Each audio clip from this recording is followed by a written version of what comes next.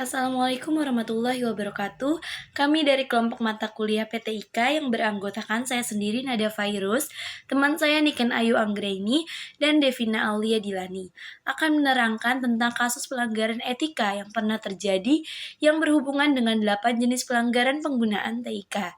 Yang pertama ada kasus hacker dan cracker.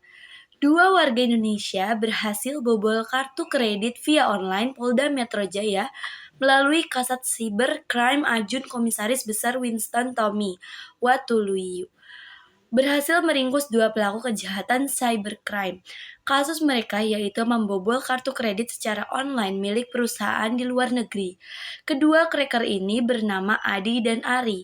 Mereka berhasil menerobos sistem perbankan perusahaan asing seperti Capital One USA, Cash Bank USA, dan JT Morgan Bank USA. Kemudian membobol kartu kredit milik perusahaan ternama tersebut. Setelah berhasil, kedua pelaku tersebut menggunakan kartu kreditnya untuk membeli tiket pesawat Air Asia, lalu tiket tersebut dijual pelaku dengan harga yang sangat murah.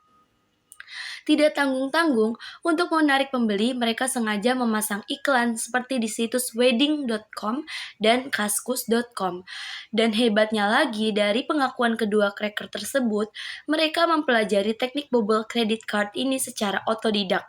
Tapi sepandai-pandainya tupai melompat, akhirnya jatuh juga. Begitulah kisah dua cracker tanah air kita. Setelah berhasil membobol kartu kredit dari Ricop, yaitu perusahaan yang memproduksi anggur di San Francisco, mereka berhasil ditangkap oleh Polda Metro Jaya di tempat terpisah di Jakarta dan Malang. Dari tangan mereka berhasil diamankan barang bukti seperti laptop, 2 BlackBerry, modem komputer, buku tabungan BCA, dan daftar perusahaan yang akan menjadi target pembobolan. Yang kedua ada kasus Denial of Service Attack atau DAS, serangan oleh anak komunitas Jogja Free terhadap website Kaskus pada tahun 2008. Serangan ini berlangsung pada 16-17 Mei 2008. Serangan yang dilakukan oleh komunitas Jogja Free ini mengakibatkan situs Kaskus tidak dapat diakses dan korup. Penyerangan ini mengakibatkan thread-thread yang telah dibuat paksa dikunci atau lock oleh administrator Kaskus. Karena hal ini berlangsung cukup lama, akhirnya administrator Kaskus terpaksa mematikan server Kaskus. Penyerangan ini merupakan balasan dari komunitas Jogja Free terhadap Kaskus. Menurut sumber, penyerangan ini dilakukan karena Jogja Free telah dicela pada salah satu forum di Kaskus. Beberapa waktu terjadilah pertikaian antara dua komunitas ini. Akhirnya pertikaian ini selesai ketika pengelola situs menandatangani memorandum online untuk menyudahi pertikaian di antara keduanya. Saat itu, pesan tersebut dipampang selama beberapa minggu di halaman situs masing-masing. Dari kejadian ini, Kaskus meluncurkan server baru yang lebih lengkap dengan pengamanan data yang tangguh dan siap untuk menghadapi berbagai serangan dari berbagai pihak. Yang ketiga ada kasus pelanggaran privasi. Pelaku mencari piranti lunak yang sudah diretas oleh forum-forum internet sebelum mengiklankan penjualan di situs webnya dan menawarkan lebih dari 2.000 jenis piranti bajakan. Program bajakan itu kemudian dikirim ke pembeli melalui Gmail dan LI, serta seorang tersangka kedua menarik pembayaran melalui transfer. Piranti bajakan itu dijual antara $20 hingga $1.200 per buah. Padahal harga piranti yang asli sekitar ratusan dolar hingga $1 juta per buah.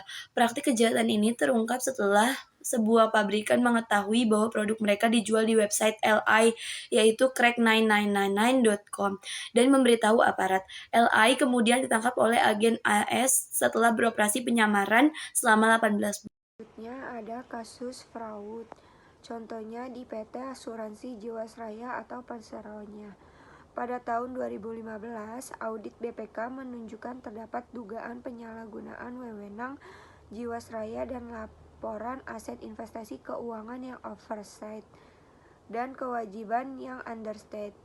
Setelah penggantian direksi pada Mei 2018, direksi baru melaporkan adanya kejanggalan laporan keuangan kepada Kementerian BUMN. Hasil audit KAP atas keuangan Jiwasraya tahun 2017 antara lain mengoreksi laporan keuangan interim yang semula mencatatkan laba sebesar 2,4 triliun menjadi 428 miliar. Selanjutnya adapun kasus gambling. Gubernur Papua Lukas NB terungkap pernah bermain judi pada sebuah kasino saat liburan di luar negeri, tepatnya di Singapura. PPATK menemukan adanya transaksi setoran kasino judi ke luar negeri senilai 560 miliar.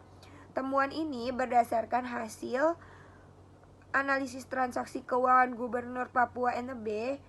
Masyarakat Anti Korupsi Indonesia atau MKI membocorkan lokasi tempat Gubernur Papua Lukas NB kerap bermain kasino. Beberapa di antaranya yakini di Malaysia, Singapura, Manila, dan Filipina. Salah satu hasil analisis itu adalah terkait dengan transaksi setoran tunai yang bersangkutan di kasino judi senilai 55 juta US dollar atau 560 miliar setoran tunai dalam periode tertentu, ungkap Ketua PPATK Ivan. Lukas NB ditetapkan sebagai tersangka gratifikasi sebesar 1 miliar rupiah pada 5 September 2022. Meski pihak Lukas NB menyatakan perjudian bukan kewenangan KPK dan menjadi legal karena dilakukan di luar negeri, KPK menanggapnya dengan sebutan tindak pidana pencucian uang atau TPPU kerap terjadi dalam perkara korupsi. Baik, selanjutnya saya akan menjelaskan tentang kasus pornografi dan pedofilia.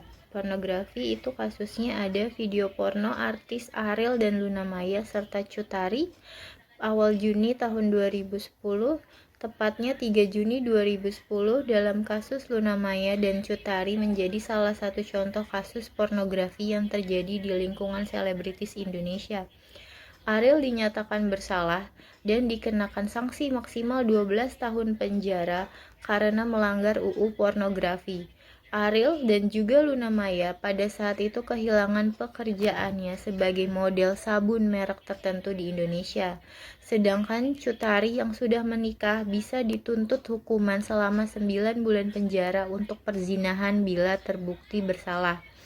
Kasus ini menjadi ujian bagi UU pornografi di Indonesia yang menampilkan lekuk tubuh telanjang dan gerakan-gerakan tubuh yang bisa memicu nafsu dalam adegan film. Selanjutnya ada pedofilia. Babe alias Bahekuni, 48 tahun, membunuh 7 anak jalanan, 5 orang dimutilasi setelah sebelumnya semua menjadi korban pedofilia.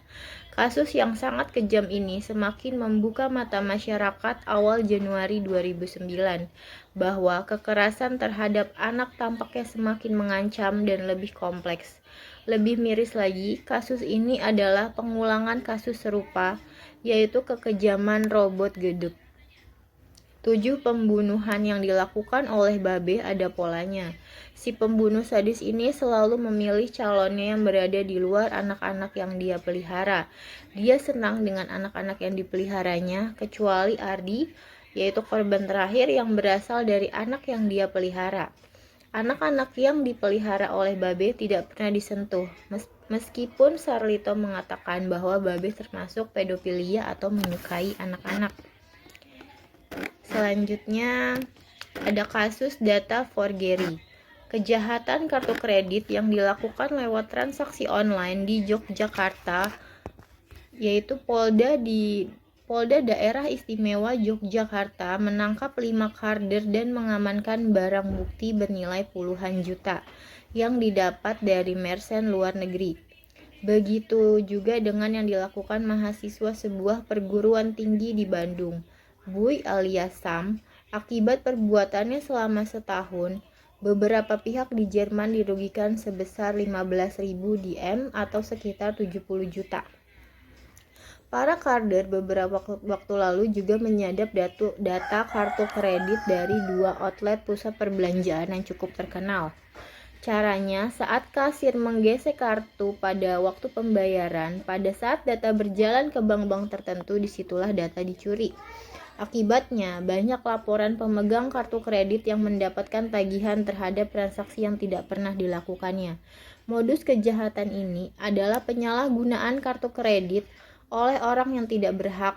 Motif kegiatan dari kasus ini termasuk ke dalam cybercrime sebagai tindakan murni kejahatan. Hal ini dikarenakan si penyerang dengan sengaja menggunakan kartu kredit milik orang lain.